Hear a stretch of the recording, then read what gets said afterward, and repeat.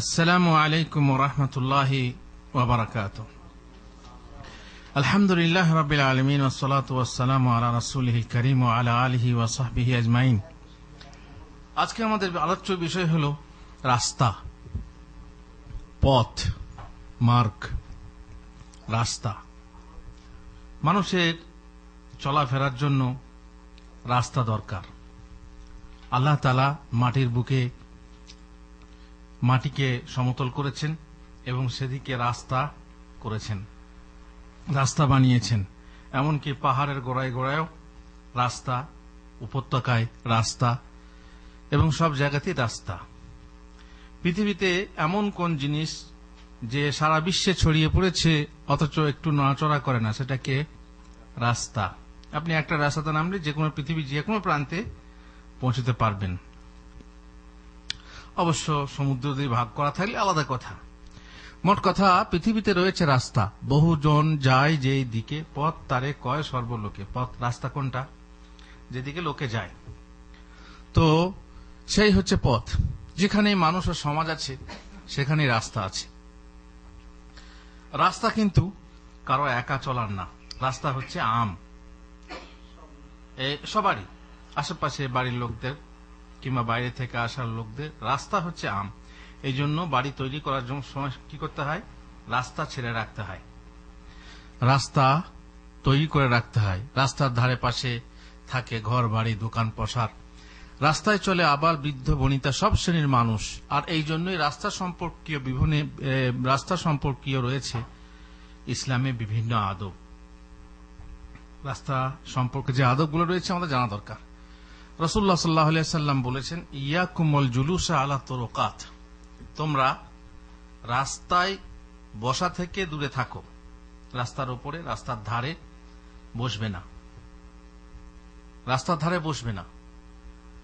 সাহাবারা বলেন, ইয়া রাসূলুল্লাহ, এ তো মুশকিল, কারণ আমরা তো বাড়ির ভিতরে সবসময় বসে থাকতে পারি না।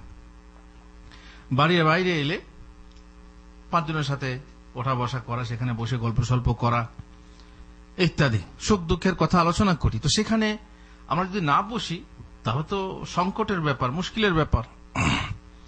তো রাসূলুল্লাহ সাল্লাল্লাহু আলাইহি ওয়াসাল্লাম বললেন, যদি একান্তই বসতে হয়, তোমরা যদি না মানো, যদি একান্তই বসতে হয়, তাহলে রাস্তার হক আদায় করো। রাস্তার হক। তো সাহাবারা জিজ্ঞেস করলেন, রাসূলুল্লাহ, রাস্তার হক আবার কি? রাস্তার কি হক আছে? রাসূলুল্লাহ সাল্লাল্লাহু আলাইহি ওয়াসাল্লাম বললেন যে গদ্দুল বাসার, প্রথম কি? চক্ষু অবনত করো, দৃষ্টি অবনমিত করো। নম্বর 2, কাউকে কষ্ট দেওয়া হতে বিরত থাকো। কাফুল আযা, কাউকে কষ্ট দেবে না, রাস্তার ধারে বসবে, কাউকে কষ্ট দেবে না। রদ্দুল সালাম, আর সালাম দিলে কি করো? জবাব দিও। আল আমর বিল মারুফি ওয়ান নাহি আনিল মুনকার, সৎ কাজের আদেশ দেবে আর মন্দ কাজে বাধা দেবে। অন্য এক বর্ণনায় আছে যে পথ ভোলাকে পথ বলে দেবে। কেউ রাস্তা জানে না, তাকে রাস্তা চিনিয়ে দেবে, আর যদি অন্ধ হয় তাহলে তাকে পার করে দেবে। এই শ্রেণীর কয়েকটা হক আছে। প্রথমত হক কি বলা হলো? তাহলে দৃষ্টি সংযত করা। আপনি চক্ষু সংযত করবেন কেন? ওই রাস্তা দিয়ে পার হবে এমন ব্যক্তি, যে ব্যক্তিকে দেখা আপনার জন্য জায়েজ না। যেমন মহিলা, ওইদিকে মহিলা পার হলে আপনি রাস্তার ধারে বসেছেন। যেমন আজকালকার যুবকরা দেখবেন রাস্তার ধারে, স্টেশনের পরে যে রাস্তাগুলো আছে, ওইদিকে কত রকম মহিলা যাবে আসবে আর ইভটিজিং করবে। এরা বসেই থাকে ইভটিজিং করার জন্য, মহিলাদেরকে টার্গেট করে বসে থাকে, দিয়ে মজা নেবে, বন্ধু বান্ধব মজা নেবে, কখনো বা মহিলার সঙ্গে ডাইরেক্ট কথা বলে মজা নেয়। আর অবৈধ প্রেমিক প্রেমিকাদের তো বুঝতেই পাচ্ছেন, ছল করে জল আনতে যাবে, তার সঙ্গে কথা হবে, তাই না? এইভাবে রাস্তায় বসে তারা এই শ্রেণীর খারাপ কাজ করে। কিন্তু তুমি যদি ভালো লোক হও, তুমি ওখানে বসলে চক্ষু কি করবে? অবনত করবে, তাকিয়ে দেখবে না, যাতে পুরুষ নারীর এবং নারী পুরুষের এমন জায়গা নজরে না পড়ে যা দেখা কারোর জন্য বৈধ নয়। কারণ নজর থেকেই শুরু হয় হৃদয়ের গুপ্ত প্রণয়। প্রথমে তাকে দেখবেন, তারপরই তার ছবি আপনার মনে প্রাণে বসে গেলে আপনি তখন তার পিছু নিতে শুরু করবেন। তাছাড়া নজরে হয় এক প্রকার ব্যভিচার, নজর বান বলেন, নজর বান মেরেছে, নজর তীর, এ হচ্ছে একটা তীর, বিষাক্ত তীর নজর। এই জন্য নজরকে ছোট করে নাও। রাসূলুল্লাহ সাল্লাল্লাহু আলাইহি ওয়াসাল্লাম বলছেন, চোখ দুটিও ব্যভিচার করে। আল আইনু তাজনি, মানে আল আইনানি তাজনিয়ান, চোখ দুটিও ব্যভিচার করে। আজীব, এটা আপনারা নিশ্চয়ই জানেন যে চোখ দুটি ব্যভিচার করে, জিভ ব্যভিচার করে, হাত ব্যভিচার করে। রাসূলুল্লাহ সাল্লাল্লাহু আলাইহি ওয়াসাল্লাম বলেছেন পা ব্যভিচার করে। আর যে যৌনাঙ্গ আছে সে এইসব ব্যভিচারগুলো, ব্যভিচারের যে কাজগুলো সত্য করে অথবা মিথ্যা করে। তার মানে আসল ব্যভিচার হলো যৌনাঙ্গের, আর বাকি ভূমিকাকার এইসব অঙ্গ প্রত্যঙ্গের। সুতরাং চোখ হচ্ছে প্রথম, নজর হচ্ছে প্রথম। এই জন্য আল্লাহ তাআলা প্রথমে বলেছেন, কুল লিল মুমিনিনা ইয়াগুদ্দু মিন আবসারিহিম, তোমরা মুমিনদেরকে বলো তারা যেন চক্ষু অবনত করে। ওয়া ইয়াহফাজু ফুরুজাহুম, আর নিজেদের শরমগাহের, নিজেদের লজ্জাস্থানের, নিজেদের গোপনাঙ্গের, যৌনাঙ্গের হেফাজত করে। যালিকা আযকা লাহুম ইন্নাল্লাহা খাবীরুম বিমা ইয়াসনাউন, এটাই তাদের জন্য উত্তম, ওরা যা করে আল্লাহ সে বিষয়ে অবহিত। ওয়া কুল লিল মুমিনাতি ইয়াগদুদনা মিন আবসারিহিন্না, আর মুমিন নারীদেরকেও বলো তারা যেন নিজেদের দৃষ্টিকে সংযত করে। ওয়া ইয়াহফাযনা ফুরুজাহুন্না, আর নিজেদের লজ্জাস্থানের হেফাজত করে। এটা আল্লাহর হুকুম। রাসূলুল্লাহ সাল্লাল্লাহু আলাইহি ওয়াসাল্লাম একই কথা বলেছেন যে একবার নজর পড়ে গেলে দ্বিতীয়বার তাকিয়ে দেখো না। লা তুতবিইন নাযরাতান নাযরা, একবার নজর পড়ে গেল মহিলা, বাস নজর ঝুঁকিয়ে নাও, আর দ্বিতীয়বার তাকিয়ে দেখো না।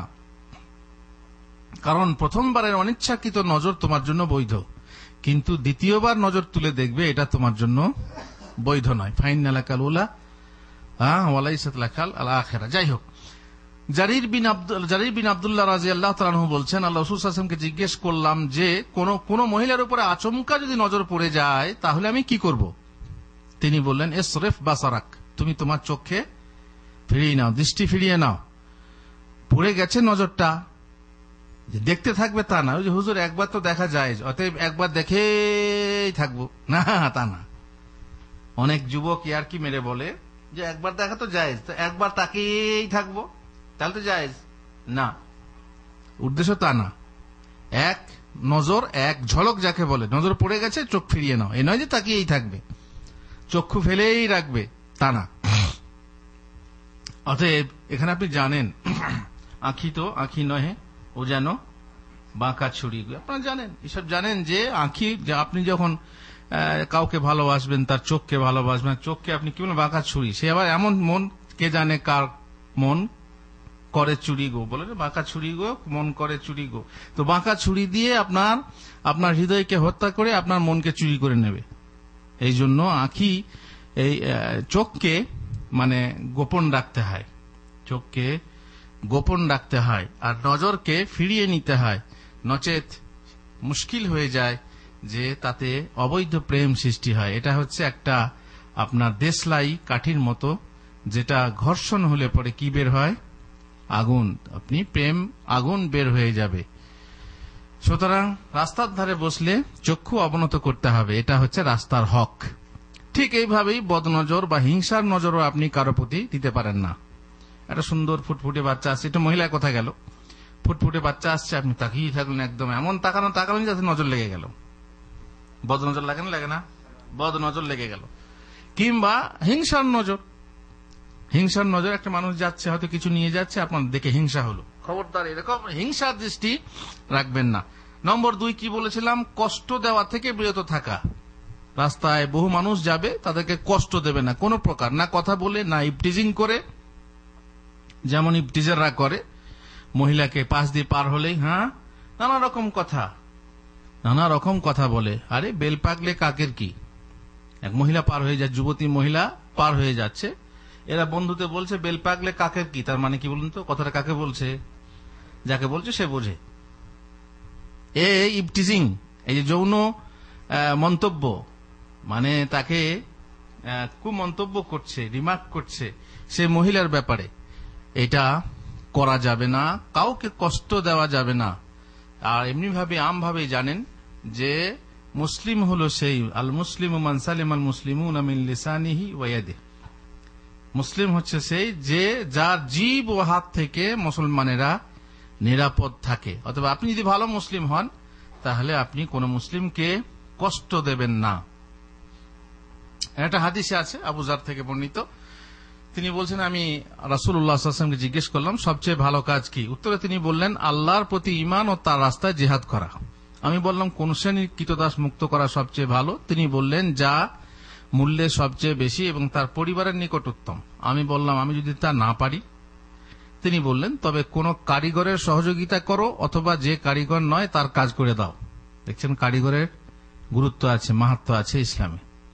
আমি বললাম তাও যদি না পারি? তিনি বললেন তাহলে মানুষকে কষ্ট দেওয়া থেকে বিরত থাকবে, আর সেটা হবে তোমার তরফ থেকে কৃত সাদকা। সাদকা করতে বলা হলো, তো সাদকা তো পারছি না, এটা পারবো না, ওটা পারবো না, তাহলে এক কাজ করো, লোককে কষ্ট দিও না। লোককে কষ্ট না দিলে এটা তোমার জন্য নিজের তরফ থেকে সাদকা হবে। মহান আল্লাহ বলছেন ওয়াল্লাযীনা ইউযুনা আল মুমিনিনা ওয়াল মুমিনাতি বিগাইরি মাকতাসাবু ফাকাদ ইহতামালু বুহতানাও ওয়া ইসমান মুবিনা, যারা মুমিন পুরুষ ও নারীকে বিনা অপরাধে কষ্ট দেয় তারা অপবাদ ও স্পষ্ট পাপের বোঝা বহন করে। সূরা আহজাব 58 নম্বর আয়াত। সুতরাং কষ্ট দেওয়া যাবে না। রাস্তার ধারে বসলে যেন আপনার পক্ষ থেকে কোনো কষ্ট না হয় বা না আসে, এটা হলো 2 নম্বর আদব। 3 নম্বর আদব হলো সালামের জবাব দেওয়া। যে কেউ যাচ্ছে সালাম দেওয়া সুন্নত, তাই না? আর সালামের জবাব দেওয়া ওয়াজিব। ভালো করে যেমন সালাম দিয়েছে তার থেকে ভালো শব্দে আপনাকে সালাম দিতে হবে। সালাম আলাইকুম, ওয়ালাইকুম সালাম, এই যে এইভাবে। এটা হলো কি আল্লাহ তাআলা বলছেন ওয়াইজা হুইয়িতুম বিতাহিয়াতিন ফাহাইয়ু বিআহসানা মিনহা, তার মানে যেমন সালাম দেয় তার থেকে ভালো শব্দে ভালো মেজাজে সালাম উত্তর দিতে হবে। উত্তর দেওয়া ওয়াজিব। অতএব পথ চলতে মুসাফির যদি কেউ তোমাকে সালাম দেয় তাহলে সালামের ঠিক মতো জবাব দিতে হবে। রাস্তার ধারে বসবে সালামের জবাব দেবে না, তাহলে হক আদায় হবে না। 4 নম্বর হলো সৎ কাজের আদেশ দেওয়া। ভালো কাজে আদেশ দিতে হবে। তার মানে একটা লোককে দেখলেন তার বাপ বা তার মা যাচ্ছে, আর মায়ের হাতে হাট করে যাচ্ছে, বাজার করে যাচ্ছে, ভারী থলিটা আছে, আর ছেলে আমনা খালি হাতে যাচ্ছে। তো এখানে সৎ কাজের আদেশ কি হবে? ছেলেকে বলবেন ভাই আরে বাবা তুমি থলিটা তোমার হাতে নাও, এটা সৎ কাজের আদেশ হলো না? ছেলেটাকে বলবেন যে থলেটা মায়ের কাছ থেকে তুমি নাও বা বাপের কাছ থেকে তুমি নাও, এটা একটা সৎ কাজের আদেশ হলো। কিংবা দেখলেন কোন জায়গাতে টিজিং হচ্ছে, কেউ হয়তো কোনো মহিলা কিছু কথা বলছে, তখন আপনি তার প্রতিবাদ করবেন। আর এর জন্যই দেখেছেন প্রতিবাদ করতে গিয়ে হাতাহাতি এবং খুনও পর্যন্ত হয়ে যাচ্ছে। প্রতিবাদ করতে গিয়ে খুনও পর্যন্ত হয়ে যাচ্ছে। কিন্তু এটা হচ্ছে মন্দ কাজে বাধা দেওয়া। মন্দ কাজে বাধা দেওয়া এটাও রাস্তার হক। মন্দ কাজে বাধা দেওয়ার সাধারণত 3টে পর্যায় আছে। মান রাআ মিনকুম মুনকারান ফালইউগাইয়িরহু বিয়াদিহি, যে ব্যক্তি কোনো খারাপ কাজ দেখবে, গর্হিত কাজ দেখবে, সে যেন হাত দ্বারা শক্তি দ্বারা বাধা দেয়। এখন যদি আপনার শক্তি থাকে তাহলে বাধা দেন, আর শক্তি যদি না থাকে, এখন কিছু বলতে গেলে মারতে আসবে, মারবে, মাতাল, ওরা মদ খেয়ে আছে, তখন আপনি কি করবেন? মুখ দ্বারা, ফাইল্লাম ইস্তাতে ফাবিলিসানে, জিভ দ্বারা উপদেশ দেবে, বাবা তোমরা এরকম করছো, এটা ঠিক না, কেন পরের মেয়ে ছেলেকে উত্তপ্ত করছো, তোমার কি ঘরে বাঁবর নেই, ইত্যাদি নরম কথা বলে। গরম বললেই তো আপনার উপর চরম হয়ে যাবে, তো আপনি নরম কথা বলে বলবেন। আর যদি তাতেও ভয় হয় তাহলে কি করবেন? অন্তর দিয়ে ঘৃণা করবেন। আর এটা হচ্ছে দুর্বলতম ঈমান। এটা হচ্ছে দুর্বলতম ঈমান, যে আপনার মুখও চললো না, হাত তো চললোই না, মুখও চালাতে পারলেন না। আর আসলেই তাই। আর বুঝতেই পাচ্ছেন যে যারা সৎ কাজের আদেশ দেয়, মন্দ কাজে বাধা দেয়, তারা আসলে চোখের বালি, সমাজের চোখে বালি। ওই যে তাদেরকে বলতে যাবেন স্বঘোষিত অভিভাবক, ও যেন ওর বাপ মা, তেরে তোর কে হয়, তোর কি বোন নাকি না তোর, এ নানা রকম শুনতে হয়। সুতরাং যদি আপনার ক্ষমতা না থাকে তাহলে মুখ দিয়ে যদি ক্ষমতা না থাকে তাহলে আপনি অন্তর দিয়ে ঘৃণা করবেন। আর জেনে রাখবেন অন্যায় যে করে আর অন্যায় যে সহে তব ঘৃণা যেন তারে তৃণ সমদহে। অন্যায় খবরদার সহ্য করবেন না। রাস্তার ধারে বসেছেন, লোক আপনার চোখের সামনে অন্যায় হচ্ছে, অন্যায়কে প্রশ্রয় দেবেন না। আপনার যদি ক্ষমতা থাকে তাহলে বাধা দেবেন। আর সৎ কাজের আদেশ, মন্দ কাজে বাধা দেওয়ার এটা আলাদা বিষয়, বিশাল বিষয়, সেসব কথা বলতে যাচ্ছি না। আর আদব কি? রাস্তার একটা আদব হলো, বা রাস্তার একটা হক হলো, অধিকার, হক, পথিককে পথ বলে দেওয়া। পথের ধারে বসলে অথবা পথ চললে পথভ্রান্ত পথিককে পথ চিনিয়ে দেওয়া কর্তব্য। এ কাজেও সৎকার সমান নেকি হয়। এতে আপনি পথ বলে দেন, সৎকার সমান নেকি হবে। অবশ্য মন্দ কাজ ও খারাপ জায়গার পথ বলে দেবেন না। কেউ যে এসে বলে বাদশাহ সিনেমা হলটা কোন দিকে, বলবেন না? বলবেন না? হ্যাঁ, তখন জানলে বলবেন, না জানলে বলবেন না, তাই না? না, বরং সিনেমা হল খারাপ জায়গা। যদি বলে সুরিশালটা কোন দিকে, যদি বলে বেশ্যাখানা কোন দিকে, তখন আপনি কি বলবেন? জানি না। অথচ আপনি জানেন, তাহলে তো মিথ্যা বলা হবে। তাহলে অন্যকে জিজ্ঞেস করো। এমন কথা বলবেন যাতে আপনার মিথ্যাও না বলা হয়, এবং এমন কথা বলবেন না যাতে সে বুঝতে পারে যে ওই দিকে বেশ্যাখানাটা। কারণ আপনি যাচ্ছেন যে সে নোংরা কাজ, জানছেন যে নোংরা কাজ করতে যাচ্ছে, সেই ক্ষেত্রে আপনার পথ বলা হবে না। কিন্তু যদি কেউ সঠিক রাস্তা, হ্যাঁ অমক গ্রাম কোন দিকে, অমক পাড়া কোন দিকে, অমক দোকান কোন দিকে, তাহলে বলতে সমস্যা আছে না। যদি বলে দেন তাহলে আপনার সৎকার সমান সব হবে। এ হলো রাস্তার হক।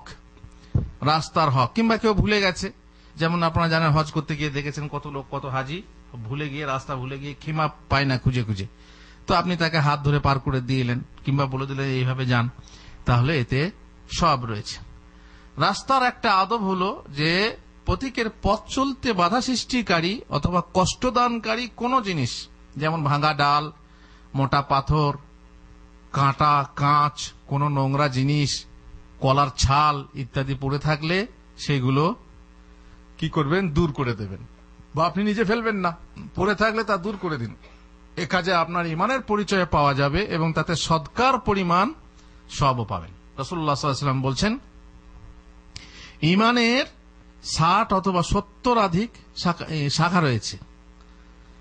এই যে শাখা, তার মধ্যে সর্বশ্রেষ্ঠ শাখা আলাহা কাউলু লা ইলাহা ইল্লাল্লাহ ওয়া আদনাহা ইমাতাতুল আযা আনিত তারিকা। সব থেকে নিম্নমানের শাখা, ছোট শাখা কি না, কি হলো? রাস্তা থেকে কষ্টদায়ক বস্তু সরিয়ে দেওয়া, রাস্তা পরিষ্কার করা, রাস্তা পরিষ্কার করা, পরিষ্কার রাখা, এ হলো ইমানের শাখা। আর লজ্জা হলো ইমানের একটা শাখা। জেনে রাখবেন, যদি লজ্জাশীলতা থাকে তাহলে আপনি রাস্তায় কোনোদিন পায়খানা করতে পারবেন না, বা রাস্তায় নোংরা জিনিস ফেলতে পারবেন না, বরং আপনি পারলে সেখান থেকে দূর করে দেবেন। ঠিক এইরকমই অনেকে দেখবেন রাস্তায় কষ্টদায়ক জিনিস যাচ্ছে, এমন জিনিস, যেমন কলা খেতে খেতে যাচ্ছে, কলার ছালটা ফেলে দিল, অথচ কলার উপরে, কলা ছালের উপরে পা দিলে কি হয়? পা পিছলে অনেকে পড়ে যায়, তো আপনি তার ক্ষতি করলেন। তো এইভাবে যদি কেউ করেন তো খবরদার, এটা জায়েজ না। রাসূলুল্লাহ সাল্লাল্লাহু আলাইহি ওয়াসাল্লাম আরো বলছেন, মানব দেহে 360টি গ্রন্থি আছে, তার মানে জোড় আছে, আর সেই জোড়ের প্রত্যেক জোড়ের পক্ষ থেকে প্রদেয় সদকা আছে। পারবেন 360খানা সদকা করতে সারাদিনে? এই যে 360খানা জোর আল্লাহ দিয়েছেন বলেই তো আপনি হাত পা এসে নড়াচড়া করতে পারছেন।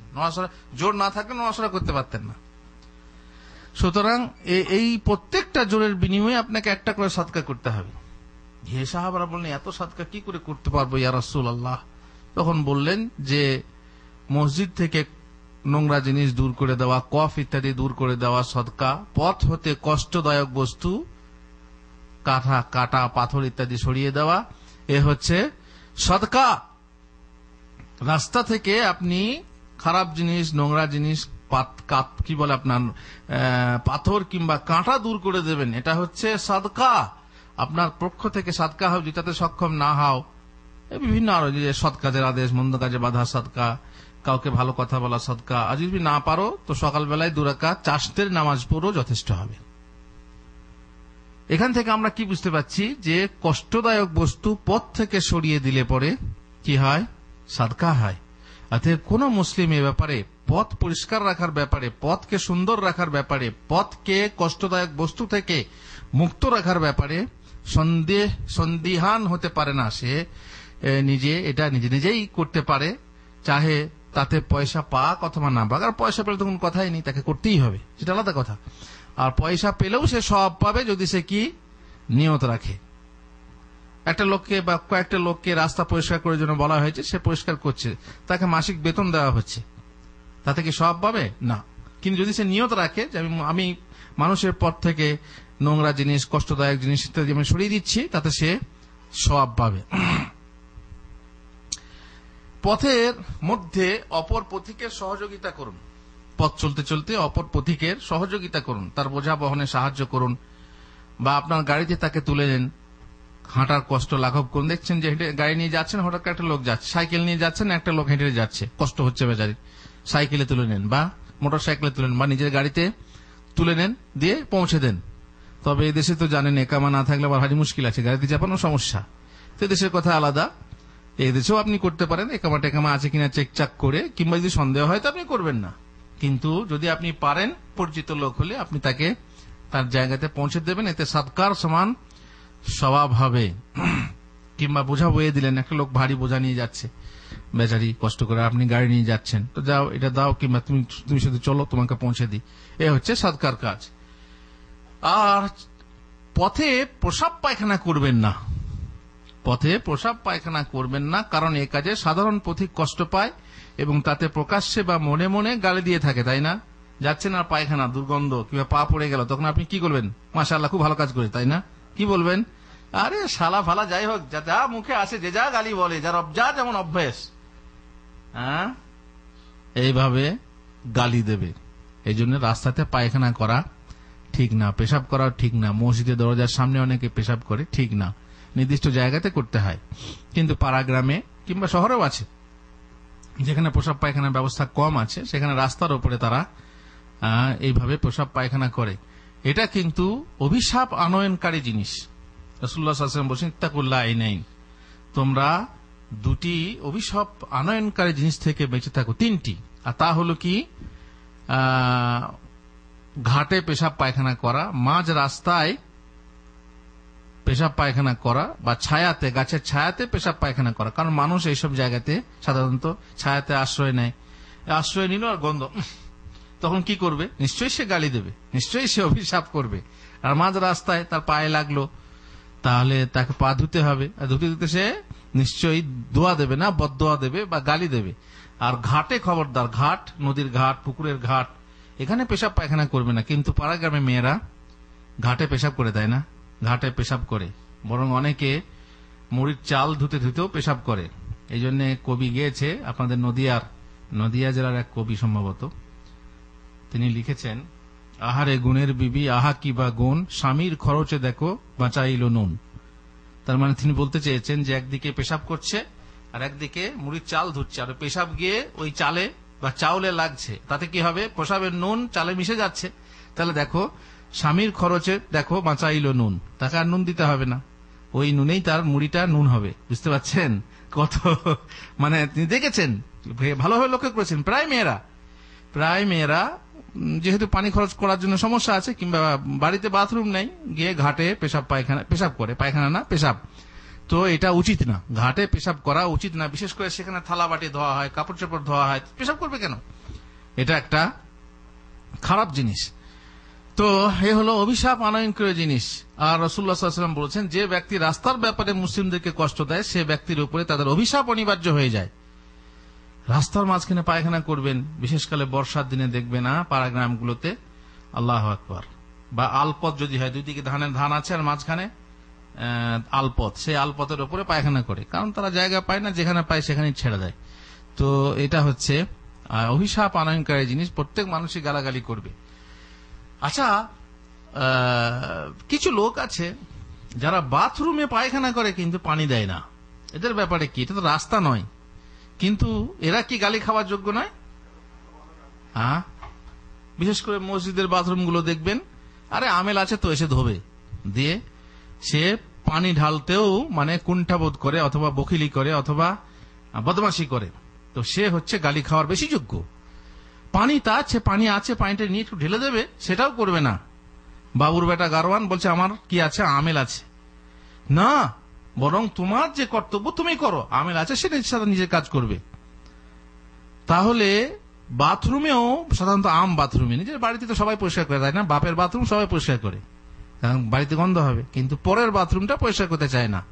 আর যে করে না, এইভাবে ছেড়ে রেখে দেয়, পেশাবও বটে, পেশাবও গন্ধ লাগে, পেশাবও পানি দিতে হয়। যে করে না সে লানত খায়, অভিশাপ খায়, তাকেও অভিশাপ দেওয়া জায়েজ।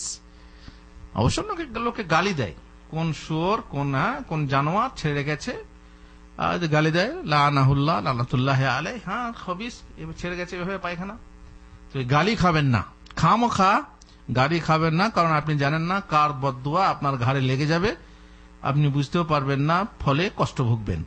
সুতরাং আম বাথরুমগুলোতেও যদি সম্ভব হয়, অসম্ভব হলে আলাদা কথা, পানি নেই কি করবেন আপনি, আলাদা কথা, কিন্তু পানি আছে তখন আপনাকে পরিষ্কার করে দিতে হবে। সুতরাং আপনি নিজের বাড়ির নোংরা বাড়ির ভিত্তি দিলেন, অনেকে আছে বাড়িতে হ্যাঁ দিল ছুড়ে, মনে করুন যেমন পাম্পাস, দেশের পাম্পাস, দেশেও বোধহয় পাম্পাস ব্যবহার করছে এখন আজকাল, তাই না?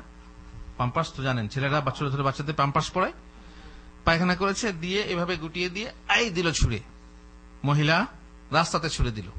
এবার রাস্তাতে কারো মাথায় পড়ছে, কিংবা মাথায় যদি নাও পড়ে, গায়ে পড়ছে না পড়ছে, কিন্তু রাস্তাতেও পড়বে, এবার রাস্তায় পড়লে রাস্তা তো নোংরা হবে।